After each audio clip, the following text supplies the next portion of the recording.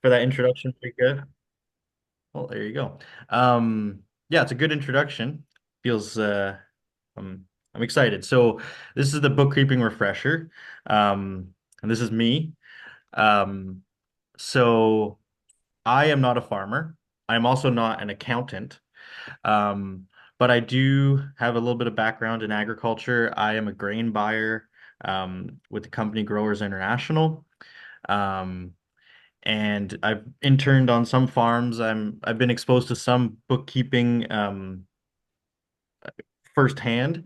But again, this is just a refresher. I'm using broad strokes, but we do have two guests who are joining us um, today, and they're going to help us reach our goals. So our guests today are Glenn Elliott, or I guess you could call them panelists. We're making a bit of a panel, like a dialogue. And also the members of the audience, you guys are welcome to raise your virtual hand or turn your camera on and show us your hand and input into the presentation. So Glenn and Tyson. So Glenn is a board member, just like me and others on the Manitoba Organics. He's also the treasurer for Manitoba Organics. So he handles the finances for this non-for-profit or this commodity group. Maybe you guys have met him before. He's also a farmer with his wife, and um, I'm really grateful for his um, participation. And then Tyson, he works for MNP. Tyson, if you want to wave to the crew here, he has 15 years plus experience of um, working with bookkeeping and accounting. So we're going to rely on him for some of the real nitty-gritty questions.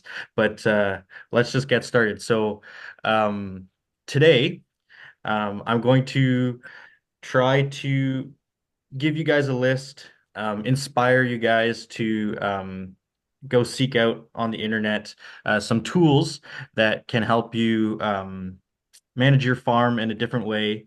Um, and hopefully figure out, your past finances and maybe plan your future finances. So here on the slide, I've listed some things like tax and loan purposes uh, can be benefited or your tax bookkeeping and your loan application process can be improved when you calculate your cost of production.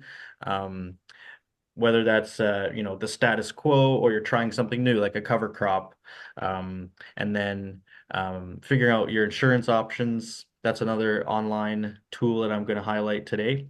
um, and like I already said, um, growing or shrinking your farm can be uh, better done when you have uh, good bookkeeping history, and it's never too late to start.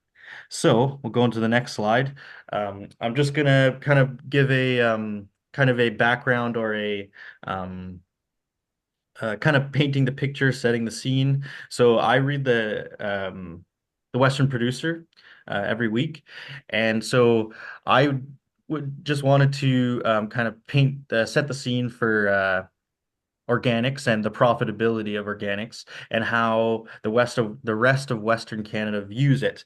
So in December or late November, on the left here, um, um, there was an article on the very front page, and it featured the Schrafels who farm in the dry land near Kerrobert, and so that is poor soil. Low precipitation rates, so on and so forth. And this journalist, Robert Arnason, he came up on the front page and he basically said that, you know, organic profitability is questionable. And he said that this farmer, Mr. Schrafel, he is making um, a similar or less amount of money than his neighbors. And um, this article went on to say some other things about the whole market and demand and prices, and I don't think it painted the whole picture. And I know there was some chatter at the conference in Brandon. I was mentioning this article a lot. Some people didn't like the kind of light that it shone on the organic industry because we all agreed it didn't paint the whole picture. So Ian Cushion on the right here, he made a response, a rebuttal to this article, and he collaborated with Tyson and Myers Norris Penny and his accountants, and he proved that his farming operation is profitable. Um, like I said, this marginal soil here and marginal precipitation. You see here the wheat yields for Mr. Schrafel, like a good year is 17 and or a decent year, and then an excellent year would be 31. Whereas for Mr. Cushion near Oxbow, down here in the maybe a more similar agroclimate to Manitoba. Um, it's a much different picture. It's a black soil. We're talking 40 bushels an acre. Or 24 bushels is a decent year.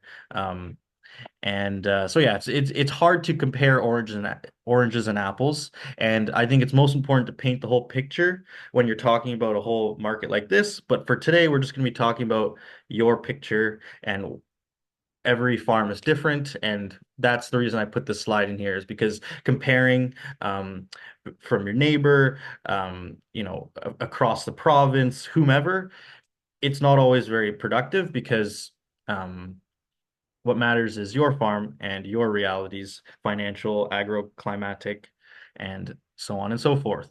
So this is just put the slide in here to say last year they actually had neither of them were in a drought year, but the one said that he made more than his neighbors, conventional neighbors, and the other one said that they made just as much. Um, and I kind of put this slide in here because the Western producer, we all need to remember, is not always our friend. So on this front page where they were kind of painting a bad light to organics, they right below. So on the top here it says, organic maybe not that profitable, and then on the bottom here it says the fertilizer industry is not able to enter the Canadian market as the same way it does in the American market.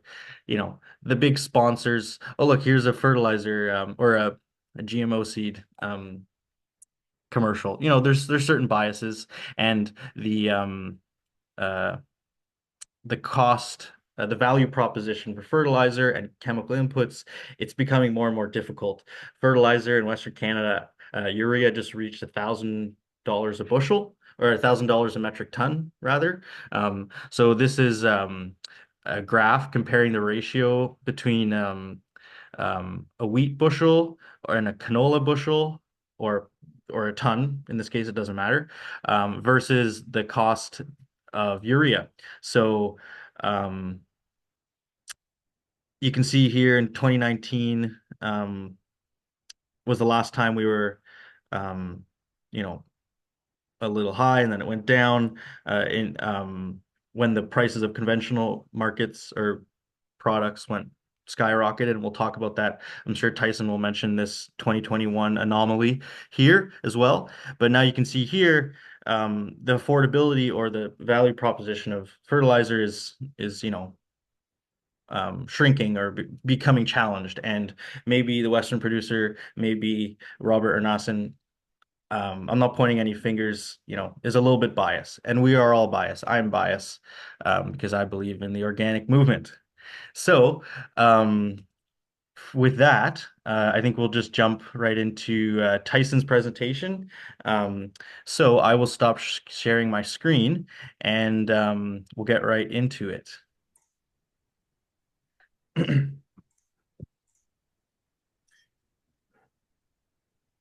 Okay, I'm just going to make sure that everybody can see presentation before I get going. Is that showing up for everybody? Yep. Okay, make sure I'm not sharing the wrong information to the wrong crowd.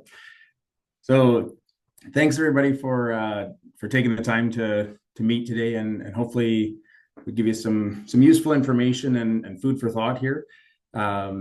Yeah, you're referencing Ian Cushion's article there. That was one. I work a fair bit with Ian, and I grew up in the similar area to where Ian farms actually. So I know him quite well, and really appreciate all the work that he does into his farm. He's one of the great farmers I would call. So the title of my presentation here is From Good to Great, and it's really what I'm trying to get at here is just identifying some of the things that make our farms go from what we'll call a good farm to becoming a great farm. And you're talking about biases, Jock, and as far as I'm concerned, I like it when producers, whether they're conventional or organic, are just doing a good job of whatever it is that they're managing. And so I don't have a bias to one side or the other as far as which one I think is better. I think as long as you are doing a good job or a great job of farming, that's what I like to see. So just a quick agenda here. I'm going to go through some financial analysis breakdown just to identify some of the kind of terms and definitions. And then I'll go through a few benchmark details and examples. So Jacques already mentioned, I've been doing this for about 15 years. I grew up on a farm and yeah, I've been working basically just in the agriculture industry the whole time. I like working with farmers. I didn't end up farming myself, but I enjoy working with farmers and going through their financial statements. So, not wanting to get into too much detail on this one, other than just saying one of the main advantages that we have on our MNP team is just how many people we have exclusively dedicated to agriculture. And so instead of doing a bit of a mixture, we are focused on agriculture, basically 80+% of the time. For me, it's 100% of the time. And so you get to make a lot of mistakes. And I'm sure, as you guys know, when you make mistakes, you hope to learn from them. And so that's kind of the benefit of having a big team where you learn from mistakes quicker. When we started going through, okay, well, what separates our good farms from our great farms? We thought, well, maybe there'll be something that stands out that we can go, well, here's a couple things that make our farms great. And as we got into it more, we realized there's really no silver bullet, no one size fits all as far as how to become a great farm.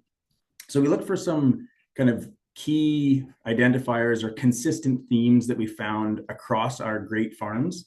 One of the main ones was they're always looking to learn and improve. So even the simple fact that you guys are here today wanting to learn more about your farm and how you can become better is a step from moving towards a great farm, because you're looking for ways to improve, surrounding yourself with a good team, whether that's agronomists or bankers or accountants or marketers, whatever it is, you're surrounding yourself with a good team, and that's part of what makes you great. We use an example of Connor McDavid. It's maybe a little bit too soon to talk about Connor McDavid and the Olympics, but even Connor McDavid, who's known as one of the best skaters in the world, he has a skating coach. So his skating coach has a lot harder job than my skating coach would have. To teach me to be a better skater, it'd be pretty easy. To teach Connor McDavid to be a better skater, there's a lot more work involved. And so, but even the best have a good team around them to help them get it even better. So, and then timely execution and knowing your numbers. So we'll go into a little bit more of knowing your numbers. So this is just a Liebig's barrel for nutrients in the soil, but I kind of applied it to, regardless of what it is you're looking at on your farm, what's the limiting factor? So is it labor? Is it machines? What is it that's on your farm that's actually limiting you from improving and taking it to that next step? So here's the definition. I'll start out with the first one. And this is where Ian references this a little bit in his article when he's talking about some of the numbers. But gross margin, in simple terms, is just yield times price for whatever crop you're growing, minus your direct costs associated with that crop. So on a conventional side, might be fert, chem, seed, and then any direct insurance for that crop. On the organic side, you might have manure or some other type of fertilizer application, and you might not have any chemical, and that's fine, but we're just comparing a basket of revenue minus direct costs so that we can actually compare one organic farm to another organic farm, or an organic farm to a conventional farm, because there's certain costs that one might have that another one might not have, right? So you might even have one farm that has no insurance, but you still want to basket that and compare it to a farm that does take a crop insurance, for example. So here's what I'm meaning when I'm talking good versus great. So we have our South Sask. I'm sorry, I maybe didn't mention this at the start. I'm out of the Regina office in Saskatchewan. So my main clientele are in the southeast province or part of Saskatchewan. And so we've got about 300 and some farms in our benchmark. And we can zoom in more detail, which is what Ian references in his article there, that he can zoom into his area a little bit more to get kind of neighbors for comparison. But on the average of those 300 and some farms, we started doing a more detailed look at the benchmark in 2019. And so that's why 2019 is when the benchmark started. And that's really our top 25 farms. So we're identifying them as our, okay, well, there's something different about our top farms. And so what is it? And you can see here on the gross margin that it's, anywhere from kind of $100 to $200 an acre more every year that our top farms are producing. And so that's what we're talking about when we're saying from good to great. So after the gross margin, we've got our labor, power, machinery, which is really the cost of getting the job done. So the cost to produce that gross margin, fuel, wages, repairs and maintenance. If you own the equipment, there'll be depreciation. If you lease it, there'll be an equipment lease or rent for the equipment. So all of those costs get jumbled into one category. That way you can't say, well, my depreciation is lower because I just rent all my machines. And the other guy says, well, yeah, I don't pay any rent. I actually just custom farm. And so in order for us to compare one farm's way of getting the job done to another farm's way of getting the job done, we group it all into one basket, call it labor, power, machinery, and then we see what the cost per acre on each farm is to get the job done and to produce that gross margin.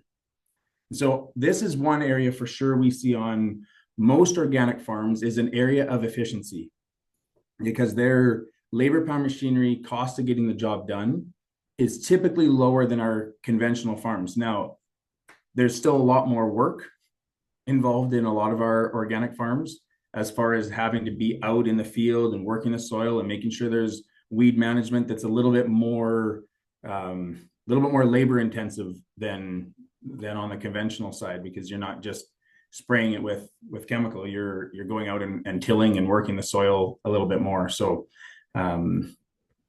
any questions on that while we're going? I don't want to necessarily interrupt a whole bunch doing questions throughout. There's can be questions on the end. I just don't want to skip through it too fast.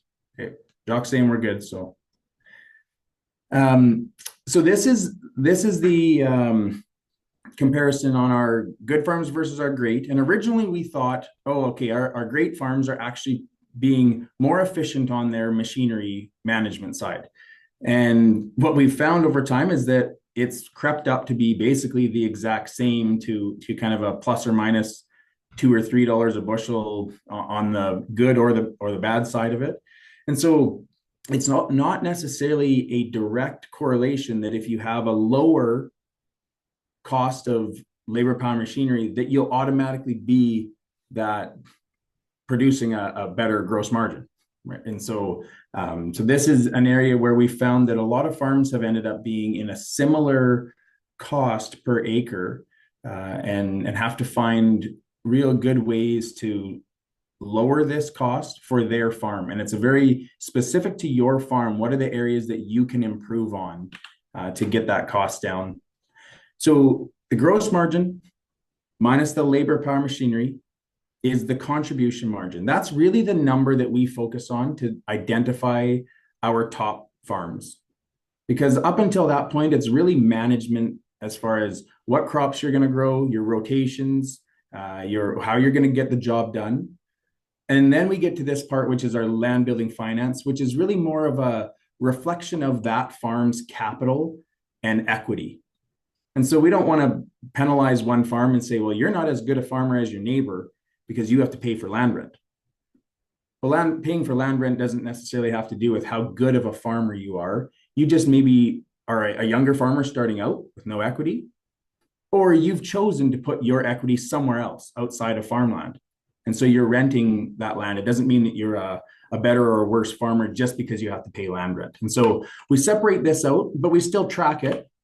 And you can see here on the trend between our good and great farms, there's really not any direct correlation. They're pretty much kind of mirror each other, or some years are above, some years are below. And so it's not necessarily that all of our great farms don't pay any land rent. Lots of them pay land rent, and they're doing quite well, obviously. So okay, so before I jump into the benchmark, this is just one thing that I want, everybody can kind of see this on their own farm and know and understand it. And I think, Jacques, you had mentioned that 2021 blip there, what had happened on the bushels and the price side of things. And so this graph is just showing the total costs, labor, power, machinery, land building, finance, and then production costs on the average of those 300 farms, and then the revenue line for those same farms. So in 2021 and 2022, especially on the conventional side, we saw a real big jump in the grain prices, which you guys would have seen. And I'm not sure if it resulted in some conventional sales or just commercial grain sales for your farms, but Ian and I did talk about this, where his numbers were still very impressive, even though 2021 and 2022 were in his benchmark history, because the organic side didn't see as big of a jump on the prices. It might have gone up, but not in direct correlation with the commercial grain side. And so you can see there was quite a big margin. This is a mixture of conventional and organic farms in here. But this big jump on most of our organic farms wasn't quite as big. But I think that the gap can be bigger for a lot of organic farms today. You can see here that margins are quite tight on a lot of farms, and I'm sure this is the case for a lot of you guys as well. But it's the organic advantage for sure can be that price gap is usually fairly big, whereas 2021, 2022 it wasn't as big as it might normally be. So just a quick point: 2019 to 2024, we saw revenues and costs both go up by about 30%, roughly. 2020 versus 2024, costs are up 30%, but the revenue is only up 1%. And so you can see what happens if our revenue starts to get squeezed, our costs are just continuing to go up. And so even though there might not be as much of a need for or having to pay for fertilizer and chemical, you guys would still see on your farm the inflation adjustment for our cost of machines and everything else on our farms. Nothing really is getting cheaper. So margins get tighter. And so because of that, that's part of why we care about benchmarking, because we really want to know what the real information is versus the coffee room chat. Somebody who says, well, I did just a little bit under 20 bushels an acre. And somebody else says, well, I did a little bit over 20 bushels an acre.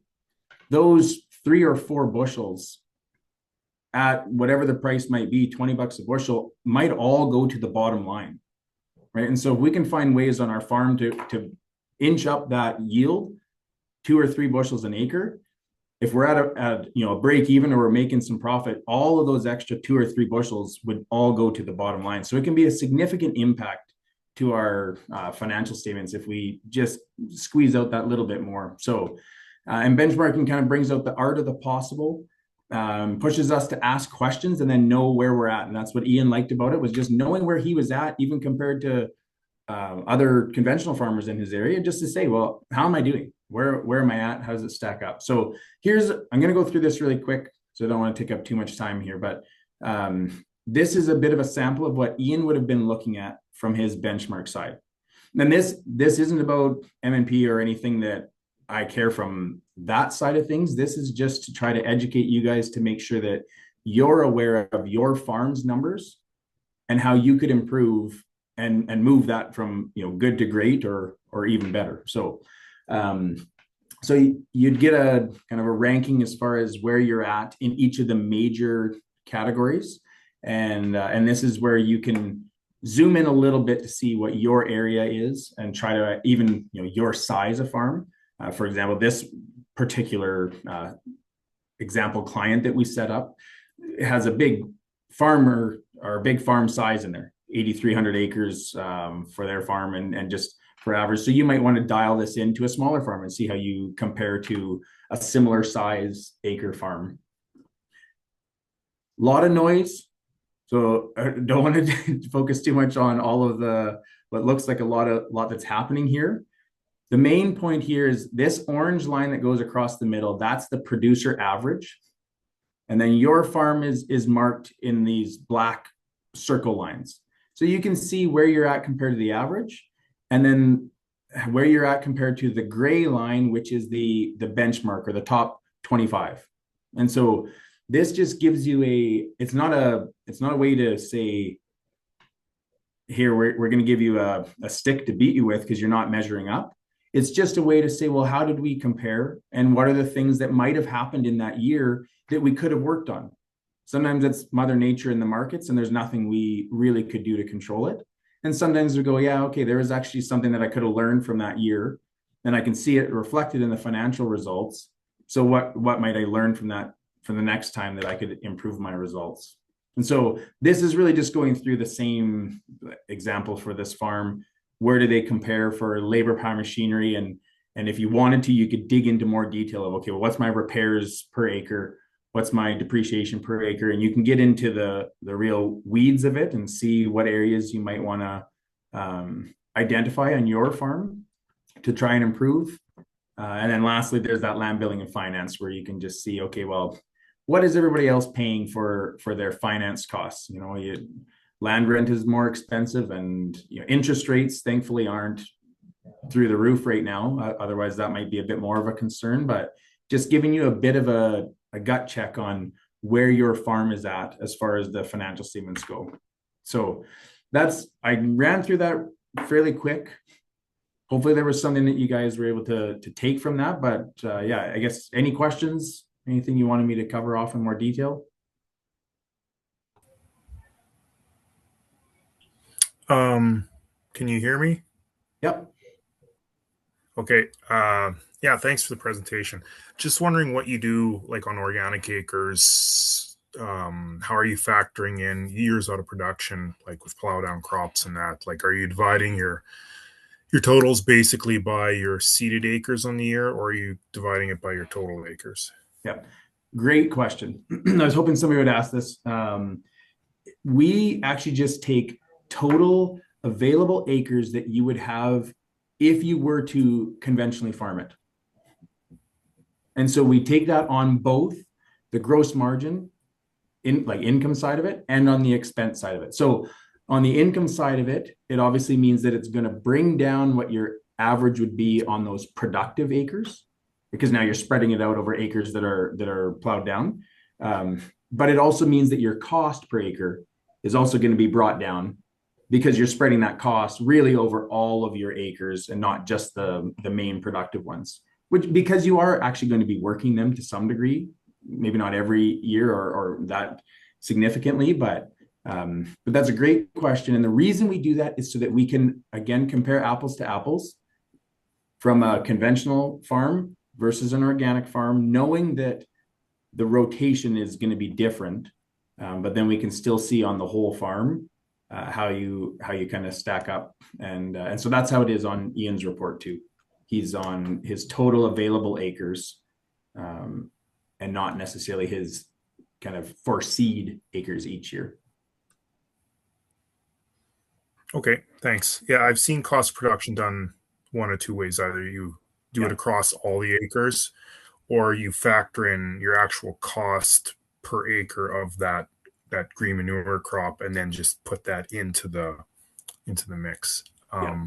Just one other question too. When it comes to, are you just basically using book amortization for your depreciation equipment costs, or are you looking at like a fair market value of machinery depreciated over so many years, factoring in like salvage value and those things?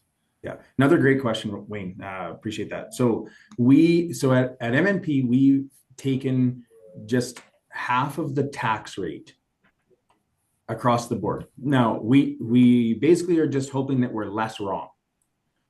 We know that that's not right, but we're just hoping that we're less wrong. And so for motorized equipment, we take 15% depreciation, declining balance every year. And for non-motorized equipment, we take 10% declining balance every year. And buildings, I think we use 5% for bins and buildings and that kind of stuff. And that is always a bit of a struggle because we know that it's a bit of an artificial kind of educated guess. And so when there's trade-ins that happen, of course, it can be wrong, but that can be from the dealership side too, right? Like they can overinflate trade-in values and that kind of stuff. And so the only true way of knowing is when there's the auction sale, and then we know how accurate we were. Certainly during the COVID years, we were not very accurate when prices of equipment kept going up and we kept depreciating them. But now we've actually found that it's pretty close again now to about that, right? Like we might be 1 or 2% out, but this gives us the same number across all of our farms instead of, well, one farm does it at the tax rates, one farm does it at their trade-in value, and so just to apply consistency, we just use that. Okay, yeah.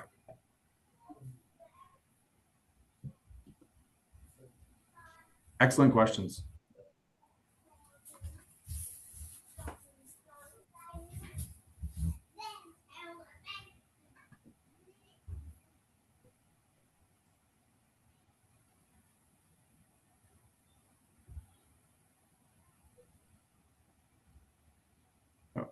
Jacques, it looks like you're talking, but you're on mute.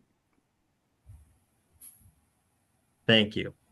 I was just saying thank you um, for that, Tyson. And I was also just gonna say that I was jotting down some notes on some of the questions, and hopefully in the next 10 minutes or however long you guys are able to stick around, um, I will continue with the presentation and hopefully I'll be able to address some of those. Um, and yeah, it seems like to every answer that Tyson gave, uh, there was a reoccurring theme that every situation is unique, and which brings me to my next portion is this, which is you guys see my screen here. So this is a bench or not a benchmark. This is a cost of production tool that the province has created, and they filled. You guys can see my green cursor, right? Yeah. Okay. So they filled the boxes here with all these numbers. They just kind of guessed, or as Tyson said, they tried to be as little as least wrong as possible. So that's not what's important. What's important is using this tool to fill out your own numbers. So there are some crops here we can see on the top. It says 2023, but I've adjusted the insurance rates. I've adjusted the interest rates. I'm trying to make it as recent as possible. So you can see the crops here at the top. And here are some, here are some um, green manure crops or cover crops on the side here, some underseeded crops on the far left. And then here on the left, you have, or on the right rather, and now we're talking about the left, you have all these operating costs. And then if you scroll down, so you see the fixed costs and the operating costs. Um, then it gets starts to get into the analysis. So this is where those benchmark studies, like the margins, the different margins that Tyson was talking about, this is where you can calculate these sorts of things based on your farm. So if you look here at the prices, we can start. So if you were going to open this, if you're going to open up this tool, it's very easy um, to do. I will show you how to do that. You will.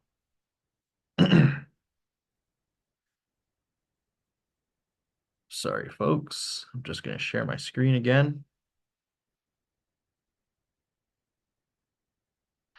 We'll get right into it. Um, so you will go to gov.mb.ca and you can search any of the following uh, items, these phrases into the search bar. So the one that I'm going to be talking about is the organic crop production um, costs. And I've made a big list here. I've bolded some that are more useful for organic farmers. So some interesting ones are grain drying cost calculators or building cost planners. So if you plan to build a machinery shed or something, these tools, much like the cost of production one I'm about to jump into, they can help you break down the costs and make help you decide which kind of loan you want.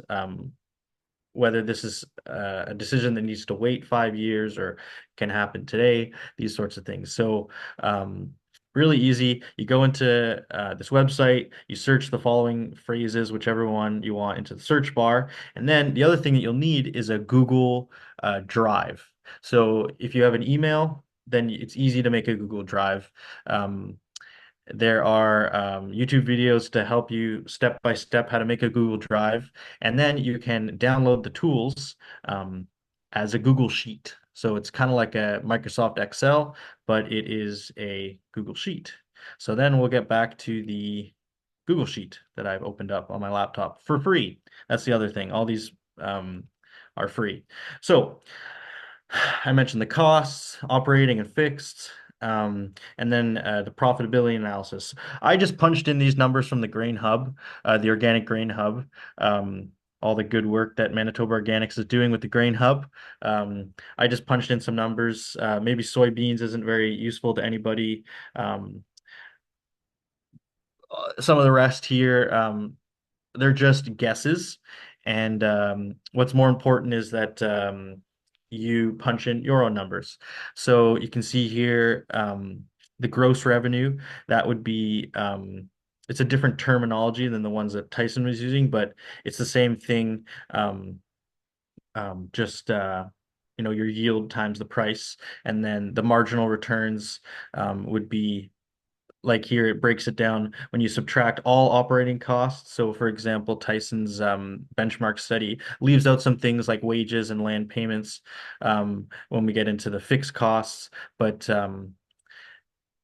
we'll talk about that later. So first step would be to enter in your prices and your target yield or maybe your actual yield. And then here at the bottom, so right now we're on the summary, and you're also welcome to read the intro. You can go to operating costs. So once we're here, I'll go full screen. You can change things. So uh, the biggest thing that people talk about when they talk about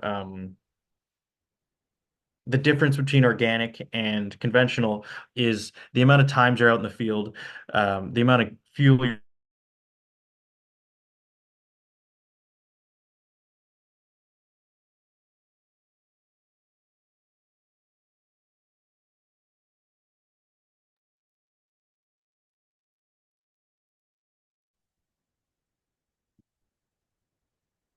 Glenn and Tyson, has Jacques frozen for you guys? Yes, he is. I thought maybe it was me, but yeah, Nope. he's So it's collected on Yes. his end. Yes, it's froze for me too. Okay.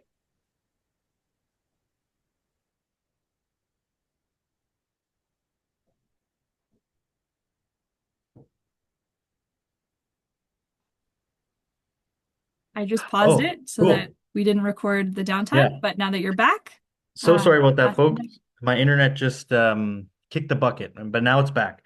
So yeah, I guess to jump to move right on from what you guys were talking about. Let's say, you have a fixed machinery cost.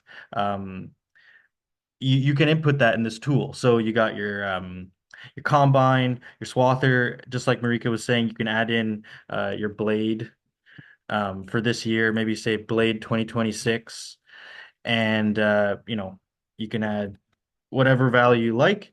And then let's say, okay, I know I'm harvesting flax and it's going to be tough on my machines. So maybe my residual value, or how much is left of how much time I have until I'm going to have to buy a new one, you can decrease that 5%. And so you can see when I change this from 7% to 5%. I've burned up some of my machines. I've increased the depreciation. You can see the entire machinery cost um, goes up in this box here. And what's cool about this tool is all the boxes and all the blue text, which results in the bold black texts, uh, they all translate back into the summary. So whenever you change your, you buy a new blade, you can go back to you can boot up your Google Sheets and you can come back here and you'll see um, machinery costs. It's going to be 4805 across the board. So since this is a fixed cost, you can see all the fixed cost changes I make in this sheet down here is going to kind of be the same across every crop. Um, so I can go into more examples of how to use this tool. There are also YouTube videos that the province has made. This video will be uploaded. Um, so let's say you buy some nice, good land in the Red River Valley, or maybe in Westman, you're paying market value, or maybe it's $4,000, or maybe you own all your land. So if you in this situation here, the equity is 0%. You've just started a mortgage, or maybe, it's all paid for. It's 100%. And you can see when I change the blue text, the total land cost down here, $60 an acre. It changes for, if you're a quarter of your way through your mortgage, it goes way up. So, this is the value. These are just guesses. You can add in your own things. I like this column here where it says grain usage. Let's say you have another operation, a seed cleaning enterprise, or something other than grain. You can say 25% of this ATV is going to go to that other enterprise, and only 75% of the cost that I incur from this ATV should be attributed to my cost of production of the grain. So, um, you know, there's another tool here, leased equipment. So it's a similar thing. And Tyson was mentioning maybe you're someone who just does custom work, you hire your neighbor or whichever. It can all be inputted. All these costs can be, there's a space for everything. Right before my internet cut out, I was talking about fuel usage. And then I wanted to address Wayne's question about the cost of crop rotations, fallow years, green manures, anytime there's no cash crop. So the first step to doing that would be going to the operating OP cost slide, and then you'd figure out your fuel usage first. So let's say you go over with one pass with the air drill and you plant some alfalfa, and then everything else is zero um, here.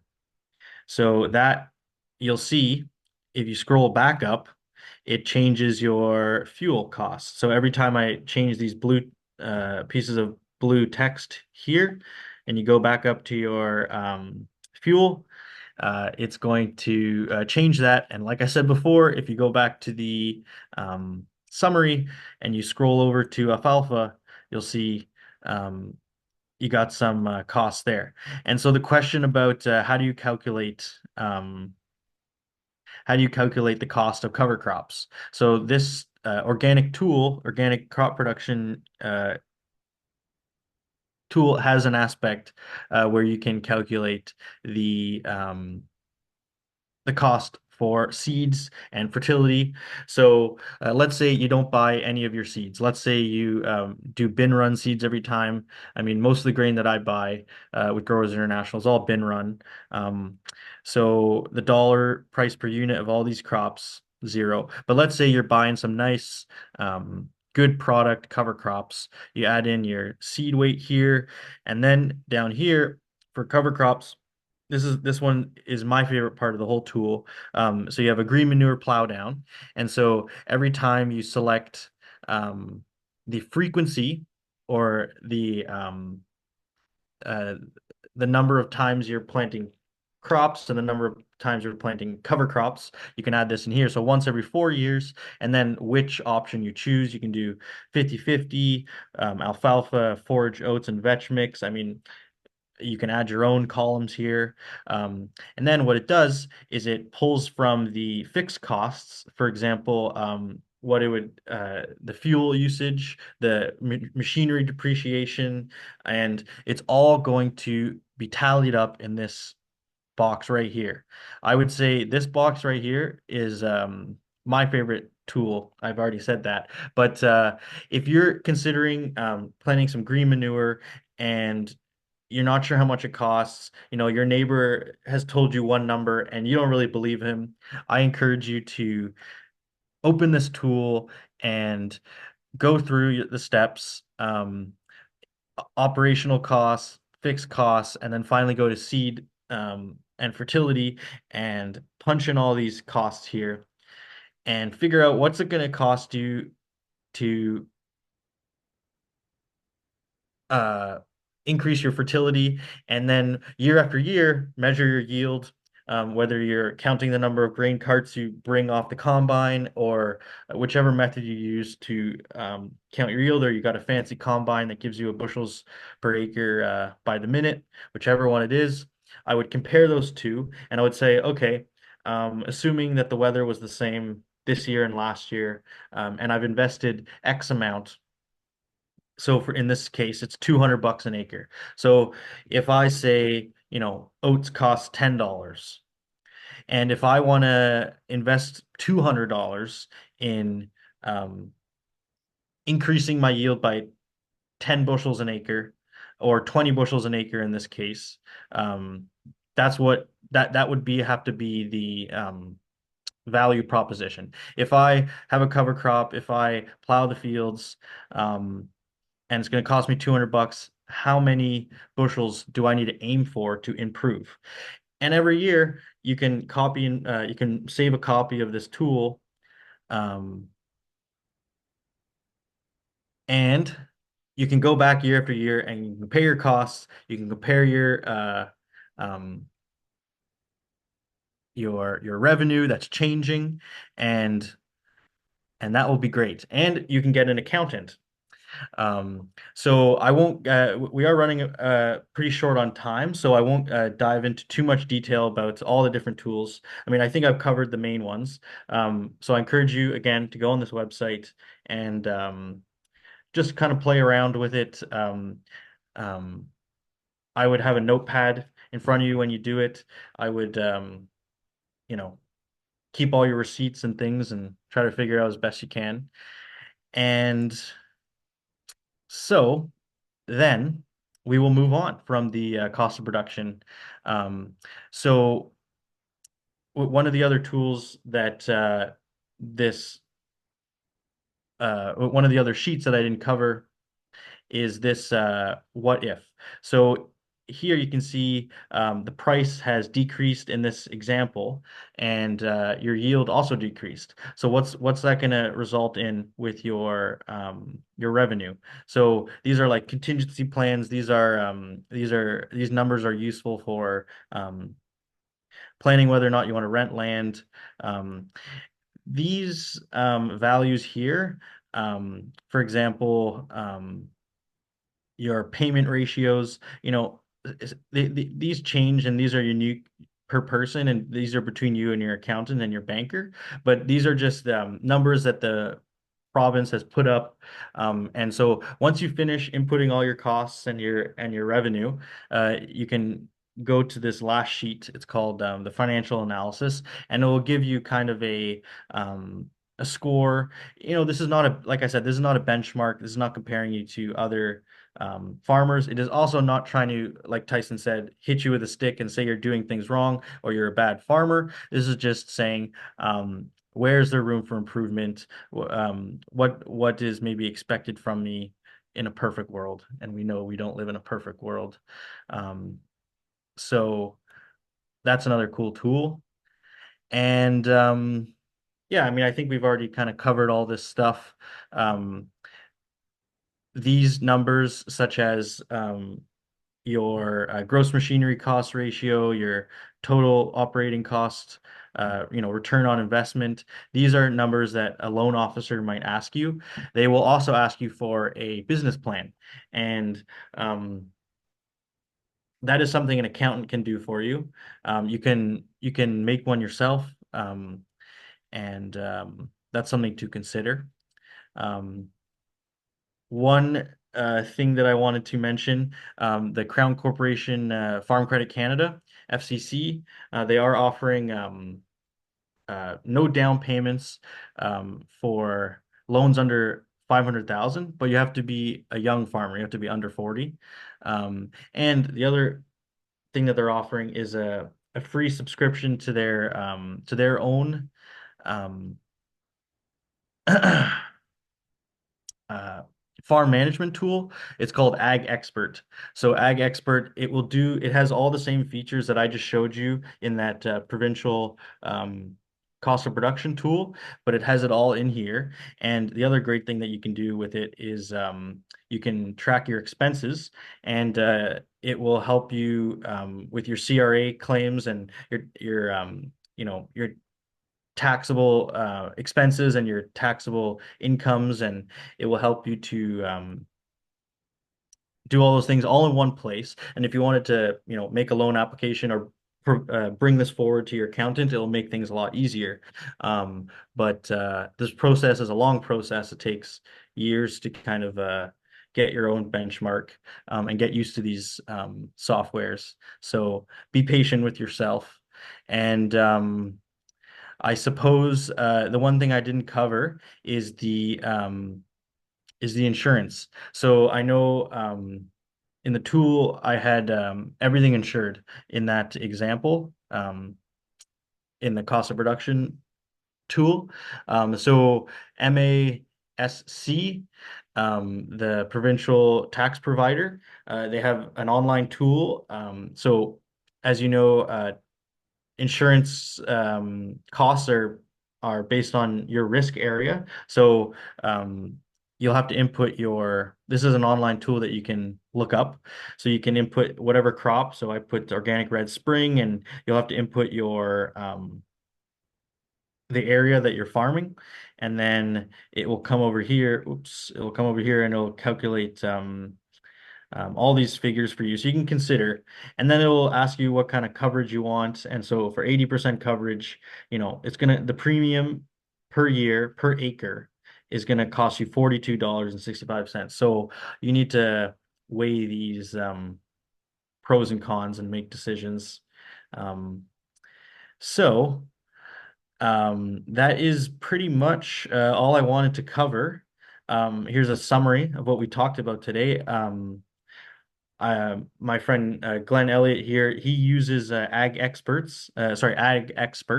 Um, he swears by it. So if you guys have any questions right now or later on, you can bring them towards me, and uh, we'll go from there.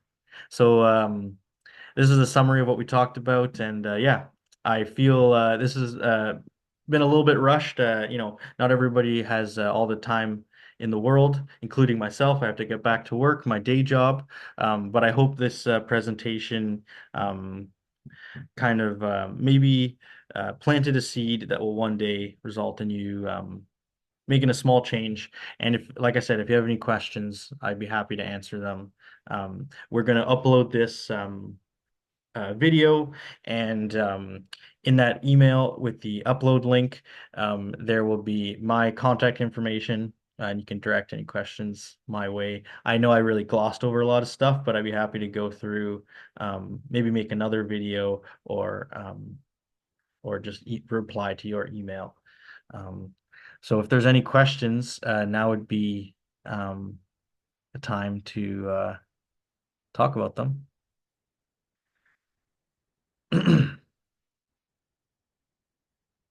Suppose not. So maybe show of hands, and this is all, voluntary. Uh, how many of you organic farmers ensure um, all of the cash crops that you plant every year?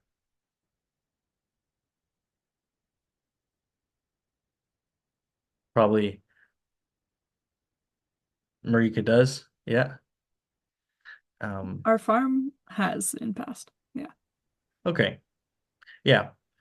So these sorts of risk management tools such as agri insurance, um, um, these are things you can talk about with your accountant, and you can weigh the pros and cons. Um, yeah. How maybe show of hands, how many of you guys already know your exact cost of production per acre of all the crops that you plant? It gets a bit blurry. Not a chance. So, um, when I look at the organic market, and the demand, and our global trade partners, and our neighbors to the south, and all this stuff, um, some of the messages that the politicians are kind of pushing for all industries, and also including um, agriculture and organic agriculture, is diversification. So, um, planting a new crop like hemp, or whichever. Maybe you've never planted oats before. Um, Planting a new crop um, comes with different costs. Earlier, we were trying to see if we could see if there was a difference. I know Wayne said that there may not be a difference, too much of a difference in price. Um, um, but it's always good to keep good records. And if you're going to diversify and you're going to plant new crops that you've maybe never done before, I think that using these tools is a good first step to kind of figuring out whether it works on paper. And then obviously you need guidance from farm clubs, and your neighbors and people who have done it before, planted new crops or different crops. Um, so that's another thing Thanks, that Jacques. can benefit from. Um, I suppose people are kind of trickling out of the group here. This has Oh, gone a little bit over time, but yeah. yeah, if we have the time, if people want to head out, but just for some questions, Glenn, Hmm. I am curious as a farmer myself about Ag Expert. And if you use the mobile app to Hmm. do expenses or just the desktop version, and what you found using it. Because we've been looking at new tools. We just use QuickBooks right now as like an old downloaded version for the farm. Um, and I've been looking at Ag Expert as a shift. Um, Glenn, I know you mentioned that you use your home desktop computer to use Ag Expert. Yes, I do. Yeah, I have never used the mobile app on my phone. I've had Ag Expert for probably over 30 years, and I know the version I'm using is just a little bit older than what you showed on there. But it's been really helpful over the years with all kinds of reports, and it does our GST and that sort of thing for us. It does payroll for us. It updates every year to the newest version of payroll, and I'm kind of the point now where I'm not borrowing much money, but when we were doing cash flows and budgets and such like for our lending agency. Nice. Yeah, having the ability to do payroll, I know just as an organization, if you're hiring anyone off farm, that gets complicated really quickly. If the Yes, it that's was That would be incredibly helpful. And other payroll systems, if it's just included in the premium with Ag Expert for $400 a year is going to be really good because QuickBooks charges a lot more than that. You pay per month per employee. So Yeah. that would be quite affordable. So Jacques, there is one question in the chat, and I guess I can answer this, but I want to direct it to you and Glenn maybe, is would you consider the organic market to be growing? So that's a good question. Um, organic, the value of organic products and its market share in food and beverages, uh, domestic demand in Canada is growing. People are um,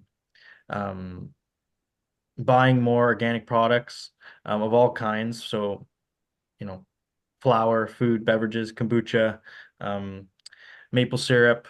Um, the organic industry as a whole is and the demand for it domestically is growing.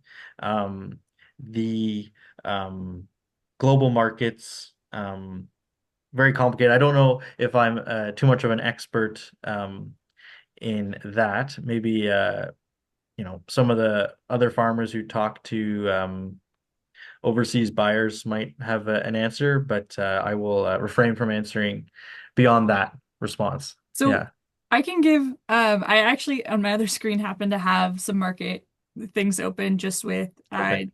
doing some government reports, but also working on trade diversification. So I can say that between the year 2023 and 2024, because they're just still releasing 2025's report, we had a 3.5% increase in organic consumption globally in market shares, going up to 204 billion. When we look at Canada, which is the sixth largest consumer of organic foods, our share went up 8.2%. So we have seen an increase in consumers wanting organic. A lot of that, like you said, is kombucha, it's luxury products, but that also has applied to increased market shares of organic beef. And the biggest one that we've seen as farmers is organic oats. So, and we've seen that reflect to on-farm sales. One of the issues we've seen, like when we talk about, okay, is the organic market growing? Well, we see consumption growing. Why is the price of wheat under $20? And a lot of that has to do with right now, especially the hot button topic is tariffs and trade and market hesitancy. So, with uncertainty about what's going to be sold, we might not see some of this growth reflected on the farm gate because grain buyers, and maybe Jacques, you can echo that, are not wanting to have a bunch of inventory of wheat or of a specific grain and then find out that we can't sell it to the United States, which is our largest buyer for that product.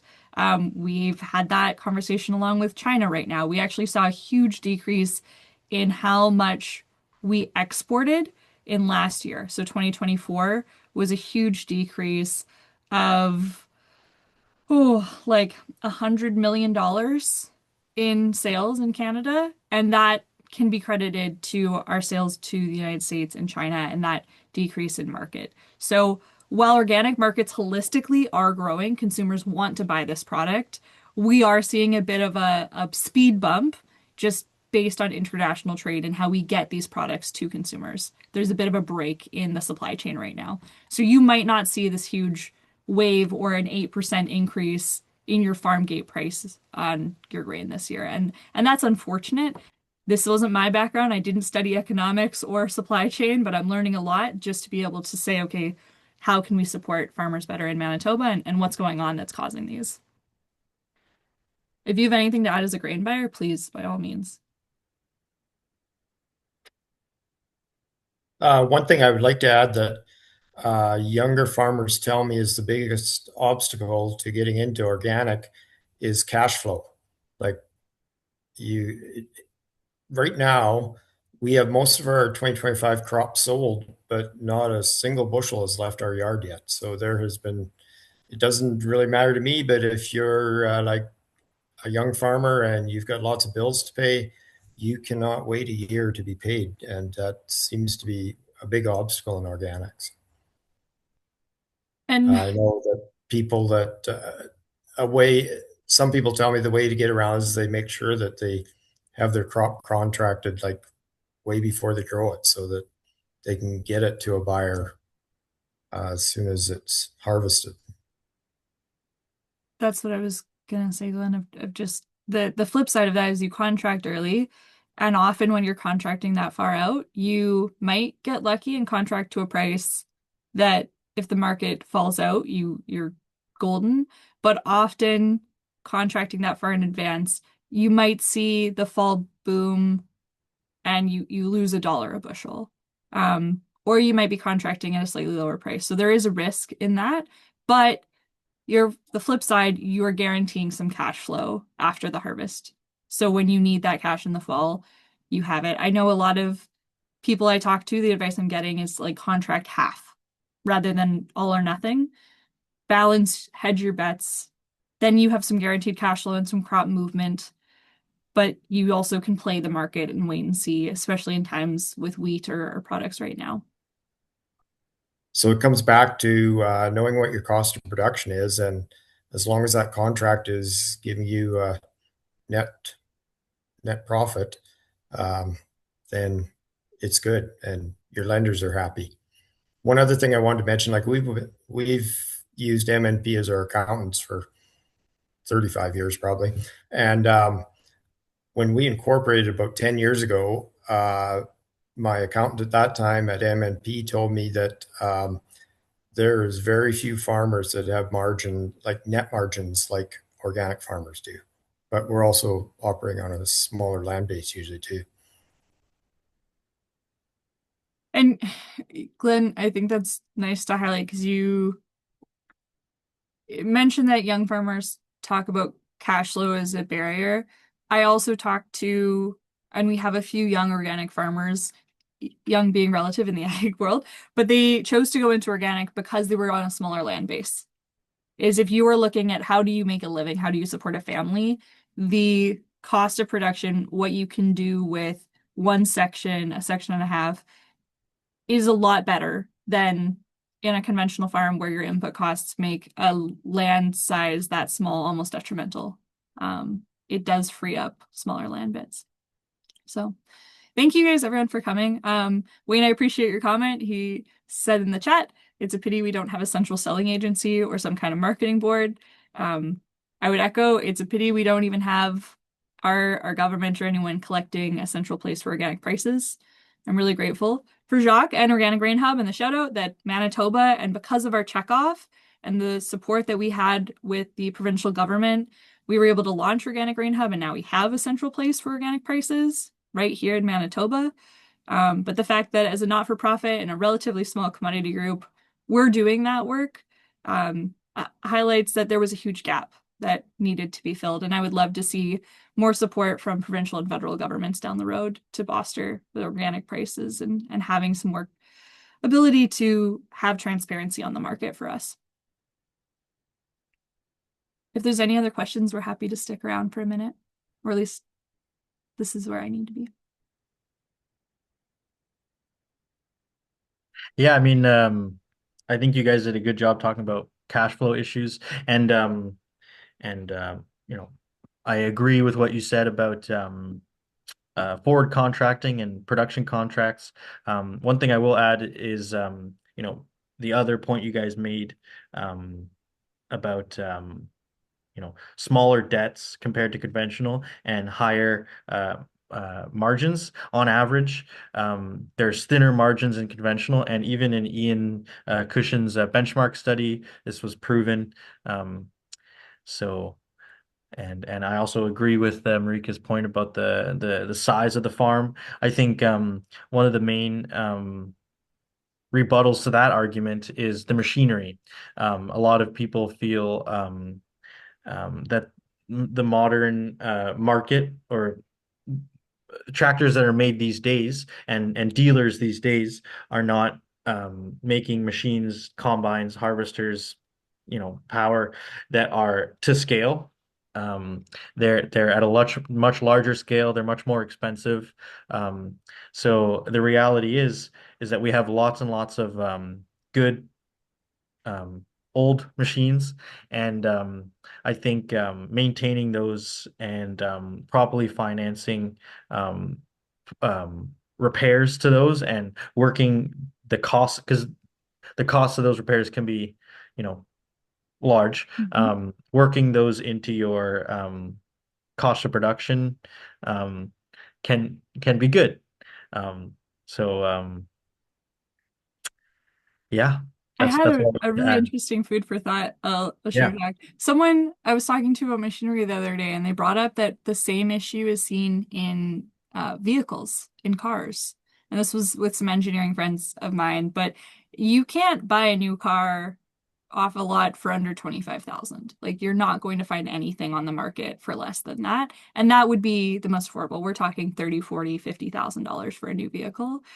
And this, in part, when we look at modernization of that industry, has been you're also not likely to find a new vehicle that doesn't have heated seats and AirPlay on a radio and all of these like higher technology pieces that are not necessary to have a safe working vehicle. And I think Mhm. that we see that same in agriculture. And I've always thought of it as a tractor, a farm thing, but that is with machinery across the board, and that can be a family car.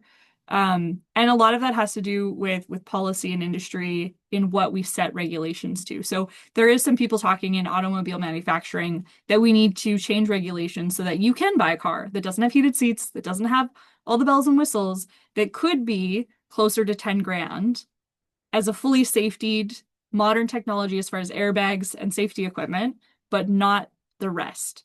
And I hope that that can champion over the next 5 years and we can see a change in the automobile industry. This is a time, if ever, to have those conversations. And maybe with the right to repair and conversations around ag equipment, that could come into play as well, where you can have a safe, reliable piece of equipment that does not have all the bells and whistles that you might need for a 3,000-acre farm. It made me optimistic.